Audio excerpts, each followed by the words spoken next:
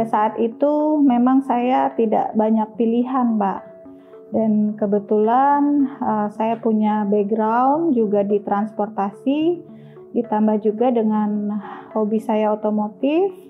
Ya, tidak banyak pilihan pada saat itu, ya akhirnya saya langkahkan kaki. Bismillah, terjadilah Trans-Pasifik.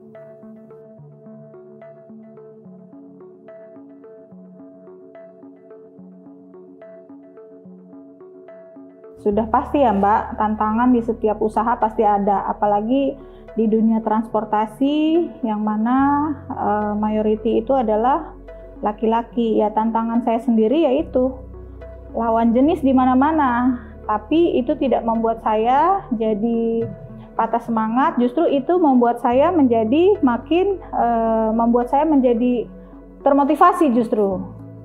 Tantangan terberat selama 13 tahun ini sudah pasti karena usaha kami ini padat modal ya Mbak.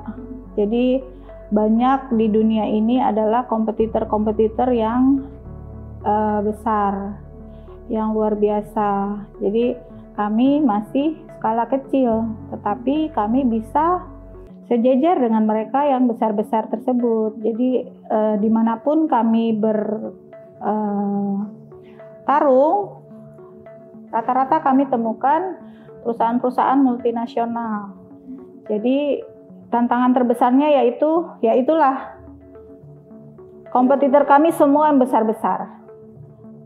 Alhamdulillah sampai saat ini pun kami masih dapat bersaing dengan pelayanan yang sudah pasti ya Mbak, dan semua persyaratan administratif kami, teknis kami, baik untuk perusahaan-perusahaan instansi pemerintah, BUMN maupun swasta, kami mampu. Itulah yang membuat kami bisa bertahan sampai saat ini. Kami mempertahankan itu dari awal perusahaan berdiri, pelayanan nomor 1.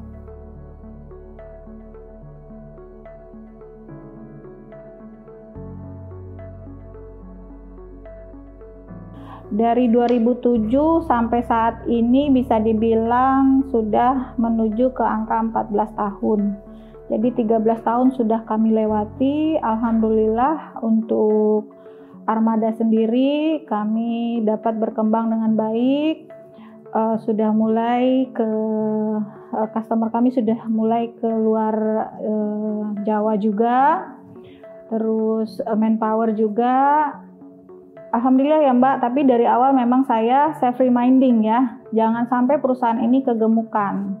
Jadi walaupun kondisi COVID sekarang, kami sampai saat ini tidak ada merumahkan potong gaji. Jadi sampai saat ini kami bersyukur luar biasa, kami tetap bisa berdiri tanpa ada kekurangan satu apapun dan semua karyawan kami sehat-sehat. Karyawan kami baru sekitar 20-an.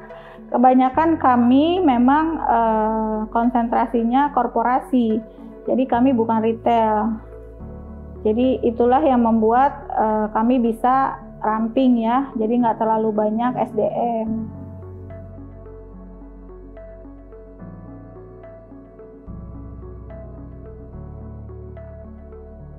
Yang jelas gini, kita harus membangun sesuatu karena sekarang sudah ada teknologi ya Mbak, teknologi cepat tanggap dan sehat. Karena di lini manapun, baik personal maupun instansi, semua pasti butuh transportasi. Jadi untuk masa depan bisnis ini bagus, sangat menjanjikan. Tapi bagaimana men-touch bisnis ini sesuai dengan kebutuhannya, ya. Dan yang tak kalah penting, kami ini sebenarnya bisa membangun UMKM yang pada saat ini bisa dibilang banyak yang berjatuhan ya akibat COVID, akibat pandemi ini. Nah, pemerintah kami harapkan jangan mensamaratakan, support kemandirian untuk para pengusaha UMKM. Jadi diutamakan, diprioritaskan UMKM, pengusaha dalam negeri. Contohnya apa? Misalkan untuk pembiayaan kendaraan. Mungkin Kalau pengusaha luar negeri boleh diberikan porsi yang sama tetapi rate bunga yang berbeda dengan UMKM. Tidak disetarakan. Jadi mereka juga bisa membangun, bisa berkarya, bisa berkreasi. Karena sekarang semua perusahaan mau besar, mau menengah, mau kecil semua sama rata. Yang besar bunganya sekian, yang kecil juga sekian, yang menengah juga sekian. Nggak sanggup kan? Akhirnya yang kecil terguling-guling, Mbak. Yang menengah coba bertahan. Tapi kalau tidak ada kebijakan seperti ini, lama-lama UMKM luntur.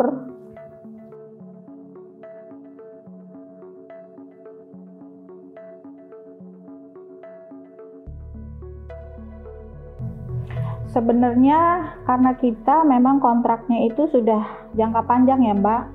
Jadi kalau kontrak itu tidak ada yang berubah. Memang karena pekerjaan itu sekarang dilakukan di rumah, akhirnya cuman mendelay aja, mendelay pembayaran jadi agak lama. Cuman kalau untuk kontrak-kontrak kami tidak terlalu signifikan, jadi tetap berjalan. Nah itulah yang bikin usaha kami ini sampai sekarang masih tetap survive. Inovasi yang kami lakukan untuk jangka panjang itu memang sudah terpikir semenjak COVID ini, 6 bulan terakhir ini, inovasi yang udah pasti itu untuk long term, jangka panjang. Jadi inovasi yang sehat dan tepat dengan reformasi teknologi yang sekarang memang sedang lagi hit ya teknologi. Jadi kami coba madu padankan antara pelayanan dengan teknologi itu tadi, memanfaatkan jalur aplikasi, dan kedepannya kami akan menciptakan sesuatu yang baru yang menjadi kebutuhan masyarakat. Jadi transportasi ini kami akan membuat seperti lifestyle.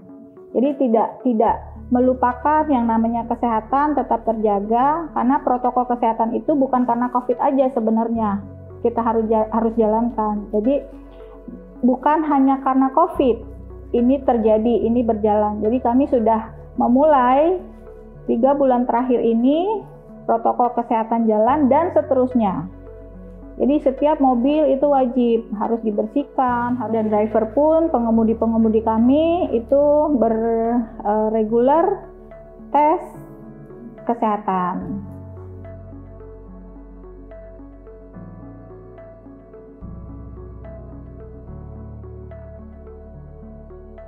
Kepemimpinan saya itu bisa dibilang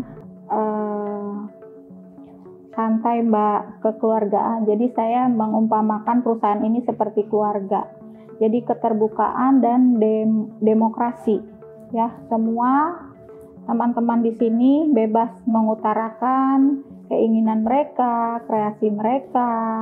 Jadi satu sama lain tidak ada batasan. Cuman mereka saling menghargai, punya tanggung jawab agar tercapai semua yang dicita-citakan perusahaan.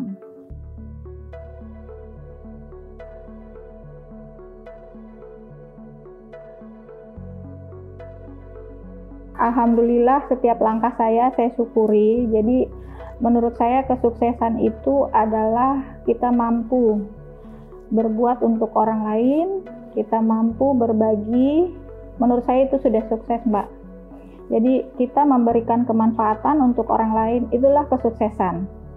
Jadi goal saya memang berbagi.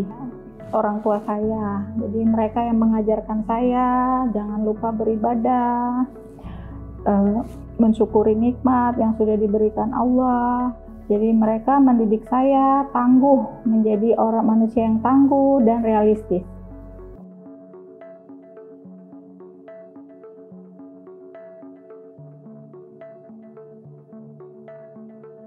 Moto saya saat ini yang sudah pasti di masa COVID ini banyak yang agak terpaku, agak mentang-mentang WFH, mentang-mentang nggak ada ini, nggak ada itu.